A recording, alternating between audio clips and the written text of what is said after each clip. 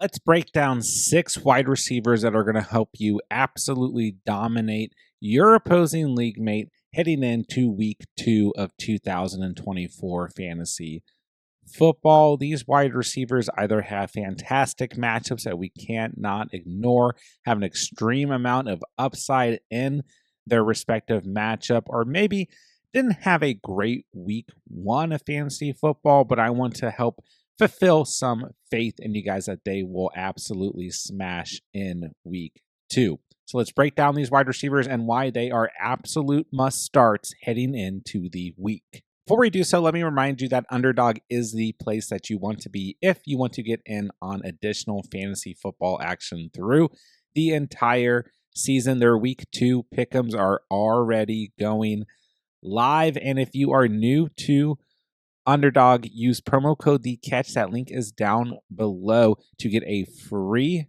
pick'em that you can claim with that promo code TheCatch to ensure you get it for tonight's game between the Bills and the Dolphins. That's going to be Josh Allen over half of a total yard. If you watch this video later in the week, don't worry, you will still get a free pick'em to use in Sunday's action. And on top of that, you're going to get a 50% deposit match up to $1,000 on Underdog. That's up to $1,000 in bonus cash that you can use on Underdog towards any of their week 2 pick'ems, as well as that free pick'em, either Josh Allen over half a total yard or a different pick'em going into Sunday. Use promo code TheCatch to claim that offer. And now let's break down some wide receivers that are going to dominate week 2 fantasy football. All right, first up, let's talk about Malik Nabers of the New York Giants. Didn't have a bad week 1 necessarily. I don't really think too many people out there were expecting a major high ceiling out of Nabers in week 1 with Daniel Jones throwing him the football. So he was still a good flex option. Okay PPR day, 11.6 fantasy points. Probably helped get you through week 1, but the upside definitely missing in week 1. A bad overall offensive performance for the Giants on the day in week 1. But I have more optimism in week 2 for the Giants offense as a whole, believe it or not, and especially for a player like Malik Nabers, because this Washington Commanders defense proved in week 1 that they are still going to be a bottom 5 defense, if not the worst defense in the NFL all year long. So I love Nabers going into this matchup. The Commanders allowed the most fantasy points out of any team in the NFL in week 1 to the wide receiver position. I don't think much is going to change, even with Daniel Jones throwing the football here in week 2. So I do like, maybe a player like Randall Robinson to have some nice sneaky upside in this matchup, but I do believe that the Giants offense is going to make it a point to have Malik Nabers heavily incorporated into this game plan. He still had 7 targets last week. Walked away with 66 receiving yards off of 5 receptions. So I don't think there's really any negative to starting Malik Nabers this week. I do think if you're like in a single flex format, you're kind of considering some of these tough decisions moving into week 2. Nabers is a really solid flex. If you play in a double flex format, I absolutely think Malik Nabers belongs in one of those 2 flex spots. And if you're in a spot where, due to where you drafted Malik Nabers, he's coming in as your wide receiver 2, maybe even your wide receiver 1, I would say this is the week. Do not worry about anything. Malik Nabers for sure is going to have a solid week and will dominate week 2 fantasy football. He needs to be in your starting lineups. All right, in last week's video, we talked about Mike Evans and Chris Godwin. In last week's start-sit wide receiver video, we talked a lot about Mike Evans. We talked a lot about Chris Godwin as well, and these were 2 of, if not my favorite wide receivers going into week 1 fantasy football because they face the Washington Commanders defense, the team that we just talked about, who I think will be starting wide receivers against all year long. And they both absolutely delivered. But I do believe at this point, Mike Evans maybe doesn't deserve to get in this type of video because you're starting Mike Evans no matter what. But Chris Godwin, due to where you drafted him, may come in as a player who's kind of more of a flex option. You have other wide receivers in front of him. guys, look at this Buccaneers schedule coming up. It is very favorable for this offense. I don't think we're benching Chris Godwin anytime soon. And here in week 2, with Godwin going up against the Detroit Lions secondary, who allowed the 30th most fantasy points to opposing wide receivers in week 1 and was a complete mess. Also a bottom 5 secondary all throughout last season.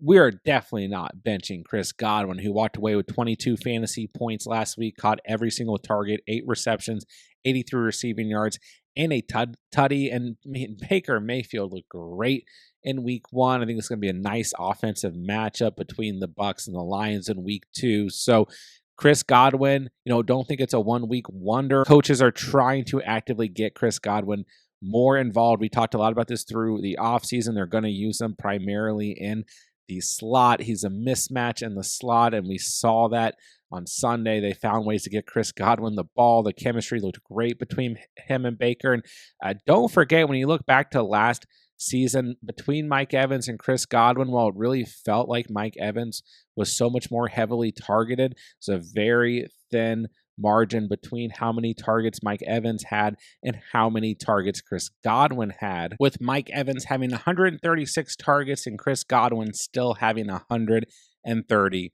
targets. So I believe it's still going to be a very solid overall season for Chris Godwin. And here in week 2, he should absolutely dominate once again. He is not a player you can afford to bench approaching the week.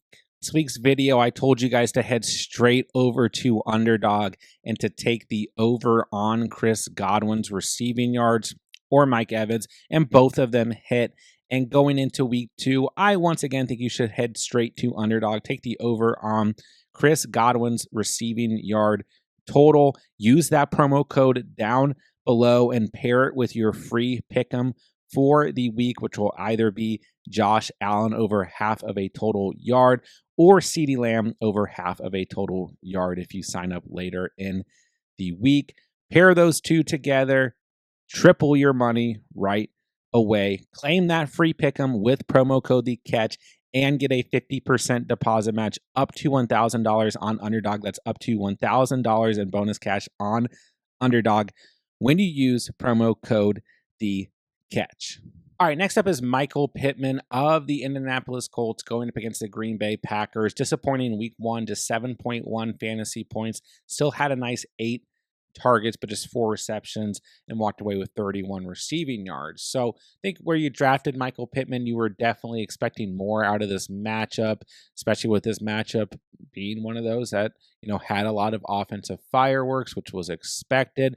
But really, we saw players like Alec Pierce and Ashton Dolan really step up. And then we saw rookie A.D. Mitchell also have 5 targets in this game, but just 1 reception. So, I don't think that Dolan and Pierce are going to be necessarily not involved, but they're certainly not the vocal point of this wide receiver room. And plus, they both had really low target share overall. Pierce just had 3 targets and Dolan just had 1. So, even if A.D. Mitchell continues to take 5-ish targets a game, or he can start to benefit from those targets, it's not like every throw he got from Anthony Richardson was great, then I still believe at the end of the day, the wide receivers going to continue to get the most targets will be Michael Pittman, right?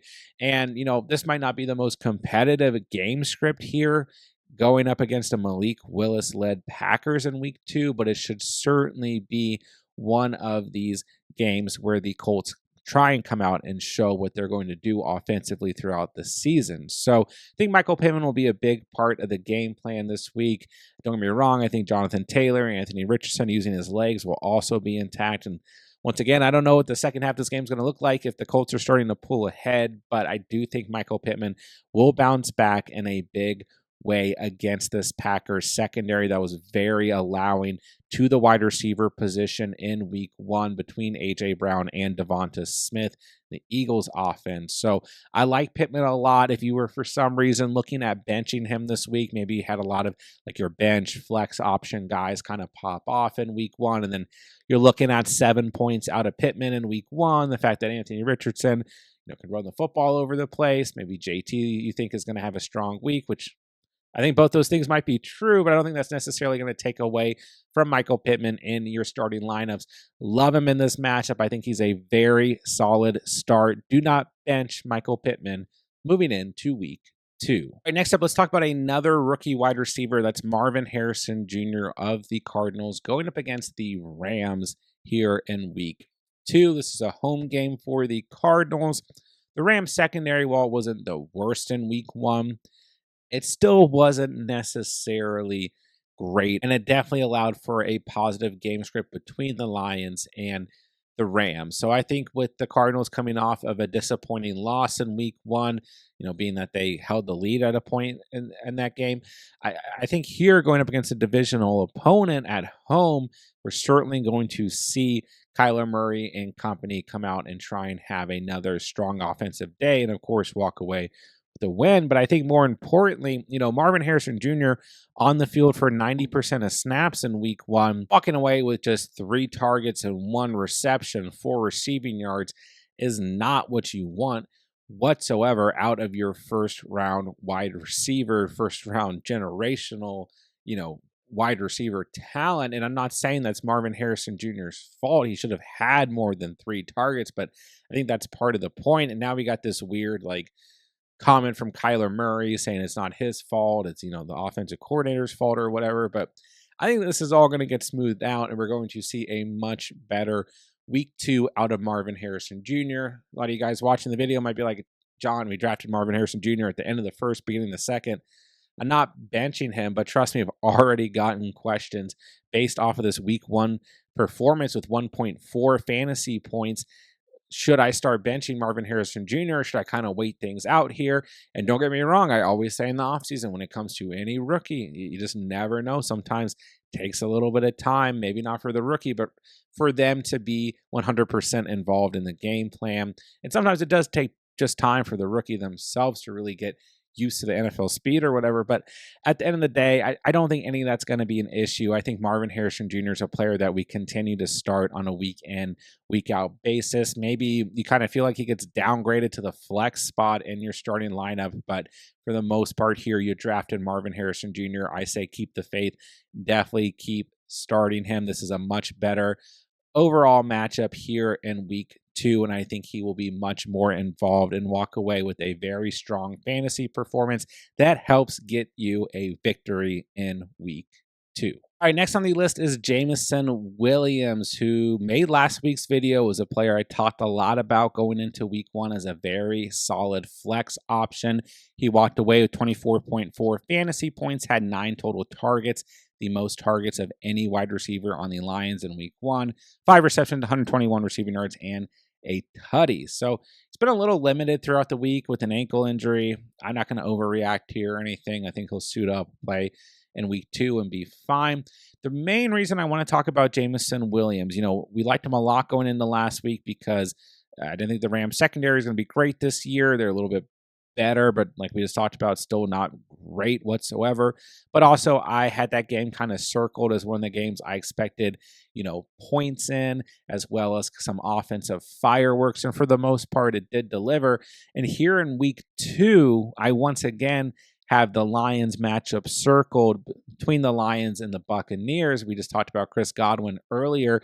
This is a matchup overall that I expect points in. I expect a lot of the primary fantasy starters on both teams to walk away with good fantasy days.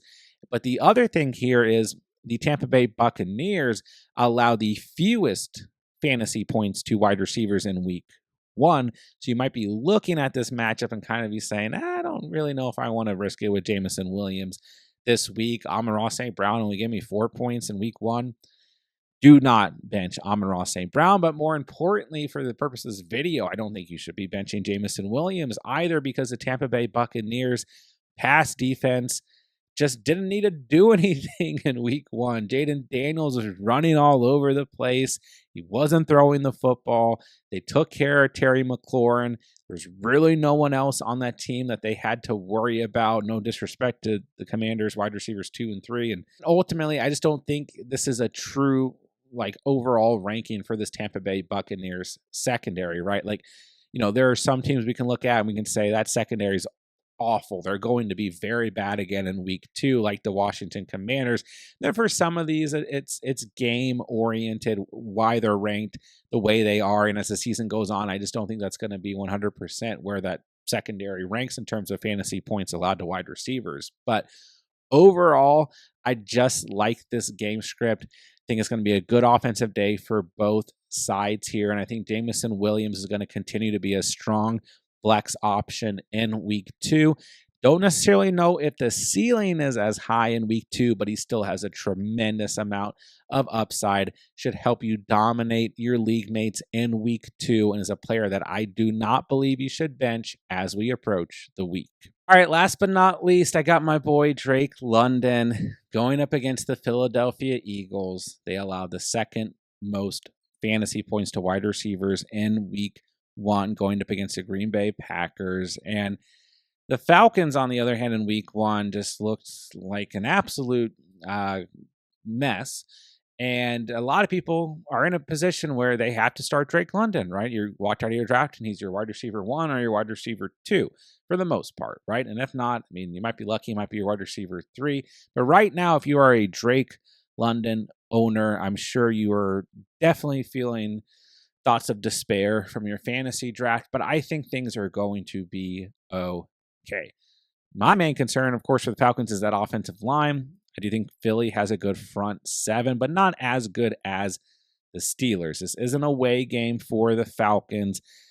So there's still plenty of reason to have some concern here in week 2, but I think they're going to get it together, and I think they're going to get Drake London the football more against this Eagles secondary. It's just a really good matchup, a really hard matchup to ignore. I do believe that London will come out of week 2 with more than 3 targets. They've got to get him more involved at the end of the day. We saw Darnell Mooney also have just 3 targets. Then Ray McLeod have 7 targets. Kyle Pitts, the tight end position, just 3 targets. Overall, it was just not an offense that threw the football a lot in week 1. But also Kirk Cousins was just getting so heavily pressured throughout the entire game that he couldn't get the football to anyone. So I think it'll be better in week 2. It's a much better matchup for Drake London. I don't necessarily, once again, think that the ceiling is insanely high for Drake London, but I do think he's going to walk away much closer, if not at double-digit fantasy points. I think he has the chance to score in this game. I just think it's going to be a much, much better day for Drake London. So don't necessarily throw him right on the bench. You might have better options that I'm okay with, but for the most part here, I think Drake London is a very strong start in week 2 and should stay in your starting lineup as we approach the week. That'll do it for today's video. There are 6 wide receivers that will help you absolutely dominate week 2 fantasy football. Be sure to get in the comment section down below if you guys have any fantasy football questions whatsoever heading into week 2. I will answer every single comment on this video. And of course, if you guys need anything, we have everything that you guys need for week 2 fantasy football. Start sits at wide receivers and running backs, start sits at quarterback and tight end. Of course, if you guys need anything for week 2 fantasy football, we have everything on the channel that you guys will need. Waiver wire additions, must start defenses, must start kickers, start sits at wide receivers, running backs, quarterbacks, and tight ends. We'll have running backs that will dominate week 2 coming out. We'll have a trade video coming out. We'll have last minute waiver wire additions as well as fantasy Q&A streams throughout the entire week. So make sure you guys are subscribed and checking out any of the videos. They may certainly help you with those week 2 decisions as well. And with that, I'll say thank you guys so much for watching and or listening. And remember, you saw it here on The Catch.